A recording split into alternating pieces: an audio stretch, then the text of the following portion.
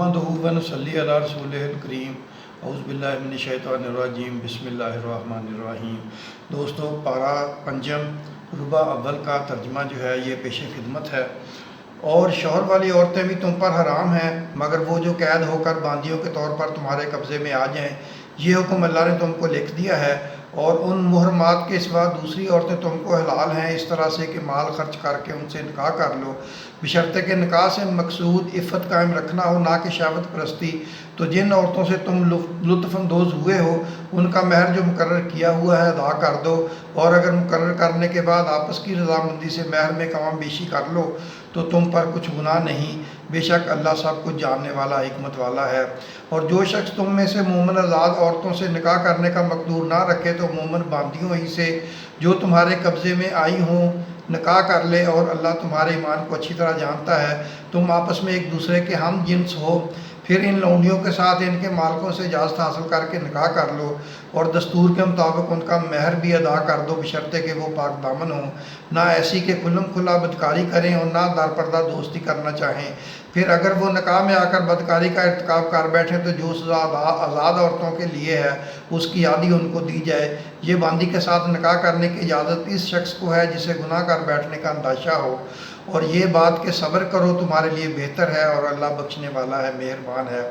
اللہ چاہتا ہے کہ اپنی آیتیں تم سے کھول کھول کر بیان فرمائے اور تم کو اگلے لوگوں کے طریقے بتائے اور تم پر مہربانی کرے، اور اللہ جاننے والا حکمت والا ہے۔ اور اللہ تو چاہتا ہے کہ تم پر مہربانی کرے، اور جو لوگ اپنی خواہشوں کے پیچھے چلتے ہیں وہ چاہتے ہیں کہ تم سیدھے رستے سے بھٹک کر دور جا پڑو۔ اللہ چاہتا ہے کہ تم پر سے بوجھ ہلکا کرے، اور انسان طبعاً کمزور پیدا ہوا ہے۔ مومنو، ایک دوسرے کا مال ناحق نہ کھاؤ، ہاں اگر آپس کی رضامندی سے تجارت کا لین دین ہو اور اس سے مالی فائدہ حاصل ہو جائے تو وہ جائز ہے، اور اپنے آپ کو ہلاک نہ کرو، کچھ شک نہیں کہ اللہ تم پر مہربان ہے۔ اور جو زیادتی کرتے ہیں اور ظلم سے ایسا کرے گا تو ہم اس کو عنقریب جہنم میں داخل کریں گے، اور یہ اللہ کو آسان ہے۔ اگر تم بڑے بڑے گناہوں سے جن سے تم کو منع کیا جاتا ہے پرہیز کرو گے تو ہم تمہارے چھوٹے چھوٹے گناہ معاف کر دیں گے اور تمہیں عزت کے مکانوں میں داخل کریں گے۔ اور جس چیز میں اللہ نے تم میں سے بعض کو بعض پر فضیلت دی ہے اس کی تمنا مت کرو۔ مردوں کو ان کاموں کا ثواب ہے جو انہوں نے کیے، اور عورتوں کو ان کاموں کا ثواب ہے جو انہوں نے کیے، اور اللہ سے اس کا فضل و کرم مانگتے رہو، کچھ شک نہیں کہ اللہ ہر چیز سے واقف ہے۔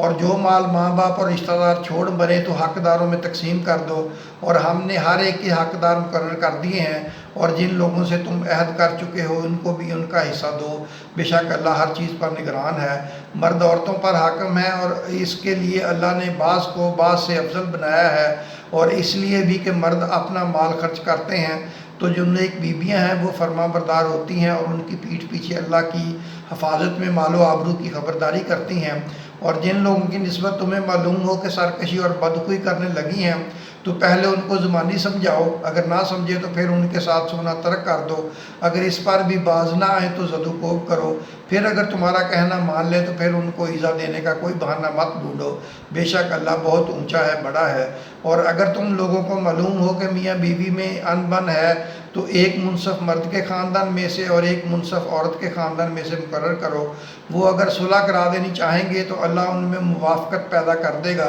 کچھ شک نہیں کہ اللہ سب کچھ جانتا ہے، سب باتوں سے خبردار ہے۔ اور اللہ ہی کی عبادت کرو اور اس کے ساتھ کسی چیز کو شریک نہ بناؤ، اور ماں باپ اور قرابت والوں اور یتیموں اور ناداروں اور رشتہ داروں، ہمسایوں اور اجنبی ہمسایوں اور پاس بیٹھنے والوں اور مسافروں اور جو لوگ تمہارے قبضے میں ہوں سب کے ساتھ حسن سلوک کرو، بے شک اللہ تکبر کرنے والے، بڑائی مارنے والے کو دوست نہیں رکھتا۔ جو خود بھی بخل کریں اور لوگوں کو بھی بخل سکھائیں، اور جو مال اللہ نے ان کو اپنے فضل سے عطا فرمایا ہے اسے چھپا چھپا کے رکھیں، اور ہم نے کافروں کے لیے ذلت کا عذاب تیار کر رکھا ہے۔ اور جو خرچ بھی کریں تو اللہ کے لیے نہیں بلکہ لوگوں کے دکھانے کو، اور ایمان نہ اللہ پر لائیں اور نہ روز آخر پر، اور جس کا ساتھی شیطان ہوا تو کچھ شک نہیں کہ وہ برا ساتھی ہے۔ اور اگر یہ لوگ اللہ پر اور روز قیامت پر ایمان لاتے اور جو کچھ اللہ نے ان کو دیا تھا اس میں سے خرچ کرتے تو ان پر کیا مصیبت آ پڑتی، اور اللہ ان کو خوب جانتا ہے۔ اللہ کسی کی ذرا بھر بھی حق تلفی نہیں کرتا، اور اگر کسی نے نیکی کی ہوگی تو اس کو کئی گنا کر دے گا اور اپنے ہاتھ سے اجر عظیم بخشے گا۔ بھلا اس دن کیا حال ہوگا جب ہم ہر امت میں سے احوال بتانے والے کو بلائیں گے اور تم کو اے نبی صلی اللہ علیہ وسلم ان لوگوں کا حال بتانے کو بطور گواہ طلب کریں گے۔ اس روز کافر اور پیغمبر کے نافرمان آرزو کریں گے کہ کاش ان کو دنسا کر زمین برابر کر دی جاتی، اور وہ اللہ سے کوئی بات چھپا نہیں سکیں گے۔ مومنو، جب تم نشے کی حالت میں ہو تو جب تک ان الفاظ کو جو منہ سے کہو سمجھنے نہ لگو نماز کے پاس نہ جاؤ، اور جنابت کی حالت میں بھی نماز کے پاس نہ جاؤ یہاں تک کہ غسل کر لو۔ ہاں، اگر بحالت سفر رستے چلے جا رہے ہو اور پانی نہ ملنے کے سبب غسل نہ کر سکو تو تیمم کر کے نماز پڑھ لو، اور اگر تم بیمار ہو یا سفر میں ہو یا کوئی تم میں سے بیت الخلاء سے ہو کر آیا ہو یا تم نے عورتوں سے مقاربت کی ہو اور تمہیں پانی نہ ملے تو پاک مٹی لو اور منہ اور ہاتھوں کا مسح کر کے تیمم کر لو، بے شک اللہ معاف کرنے والا ہے، بخشنے والا ہے۔ بھلا تم نے ان لوگوں کو نہیں دیکھا جن کو کتاب سے حصہ دیا گیا تھا کہ وہ گمراہی کو خریدتے ہیں اور چاہتے ہیں کہ تم بھی رستے سے بھٹک جاؤ، اور اللہ تمہارے دشمنوں سے خوب واقف ہے، اور اللہ ہی کافی کارساز ہے اور اللہ ہی کافی مددگار ہے۔ اور یہ جو یہودی ہیں ان میں سے کچھ لوگ ایسے بھی ہیں کہ کتاب اللہ کے کلمات کو ان کے مقامات سے ہٹا دیتے ہیں اور کہتے ہیں کہ ہم نے سن لیا اور نہیں مانا، اور کہتے ہیں کہ سنو نہ سنوائے جاؤ، اور زبان کو مروڑ کر اور دین میں تان کی راہ سے تم سے گفتگو کے وقت رائے نہ کہتے ہیں، اور اگر یوں کہتے کہ ہم نے سن لیا اور مان لیا اور صرف اسمع اور رائے نہ کی جگہ انظر نہ کہتے تو ان کے حق میں بہتر ہوتا اور بات بھی بہت درست ہوتی، لیکن اللہ نے ان کے کفر کے سبب ان پر لعنت کر رکھی ہے، تو یہ کچھ تھوڑے ہی ایمان لاتے ہیں۔ اے کتاب والوں، قبل اس کے کہ ہم کچھ چہروں کو مٹا دیں اور پھر ان کی پیٹھ کی طرف پھیر دیں یا ان پر اس طرح لعنت کریں جس طرح ہفتے والوں پر لعنت کی تھی، ہماری نازل فرمائی ہوئی کتاب پر جو تمہاری کتاب کی بھی تصدیق کرتی ہے ایمان لے آؤ، اور اللہ نے جو حکم فرمایا ہے سو سمجھ لو کہ ہو چکا۔ اللہ اس گناہ کو نہیں بخشے گا کہ کسی کو اس کا شریک بنایا جائے، اور اس کے سوا اور گناہ جس کو چاہے معاف کر دے گا، اور جس نے اللہ کا شریک مقرر کیا اس نے بڑا بہتان باندھا۔ کیا تم نے ان لوگوں کو نہیں دیکھا جو اپنے آپ کو پاکیزہ کہتے ہیں؟ نہیں، بلکہ اللہ ہی جس کو چاہتا ہے پاکیزہ کرتا ہے، اور ان پر داغے برابر بھی ظلم نہیں ہوگا۔ دیکھو یہ اللہ پر کیسا جھوٹ طوفان باندھتے ہیں، اور یہی کھلا گناہ کافی ہے۔ بھلا تم نے ان لوگوں کو نہیں دیکھا جن کو کتاب سے حصہ دیا گیا ہے کہ بتوں اور شیطانوں کو مانتے ہیں اور کفار کے بارے میں کہتے ہیں کہ یہ لوگ مومنوں کی نسبت سیدھے رستے پر ہیں؟ یہی لوگ ہیں جن پر اللہ نے لعنت کی ہے، اور جس پر اللہ لعنت کرے تو تم اس کا کسی کو مددگار نہ پاؤ گے۔ کیا ان کے پاس بادشاہی کا کچھ حصہ ہے؟ اس صورت میں تو یہ لوگوں کو تل برابر بھی نہ دیں گے۔ یا جو اللہ نے لوگوں کو اپنے فضل سے دے رکھا ہے اس کا حسد کرتے ہیں، تو ہم نے خاندان ابراہیم کو کتاب دی اور دانائی عنایت فرمائی اور سلطنت عظیم بھی بخشی۔ پھر لوگوں میں سے کسی نے تو اس کتاب کو مانا اور کوئی اس سے رکا رہا، تو ان نہ ماننے والوں کے لیے دوزخ کی جلتی ہوئی آگ کافی ہے۔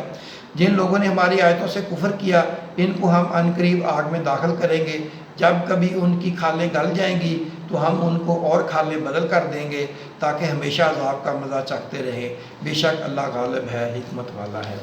دوستو، 5ویں پارے کے ربع اول کا خلاصہ حاضر خدمت ہے۔ مومنو، ایک دوسرے کا مال ناحق نہ کھاؤ۔ اگر تم بڑے گناہوں سے پرہیز کرو گے تو اللہ تمہارے چھوٹے گناہ معاف فرما دیں گے۔ اللہ ہی کی عبادت کرو اور سب کے ساتھ حسن سلوک کرو۔ اللہ تکبر کرنے والوں کو دوست نہیں رکھتا۔ اللہ تعالیٰ پر اور روز قیامت پر ایمان لاؤ اور اللہ کی راہ میں مال خرچ کرو۔ نشے کی حالت میں نماز کے پاس مت جاؤ۔ اللہ تعالیٰ شرک کو نہیں بخشیں گے، اس کے علاوہ جو گناہ چاہیں گے بخش دیں گے۔ دوستو، اپنا اور اپنے چینل کا خیال رکھیں۔ اللہ آپ کا بھی اور ہم سب کا حامی و ناصر ہو۔ آمین۔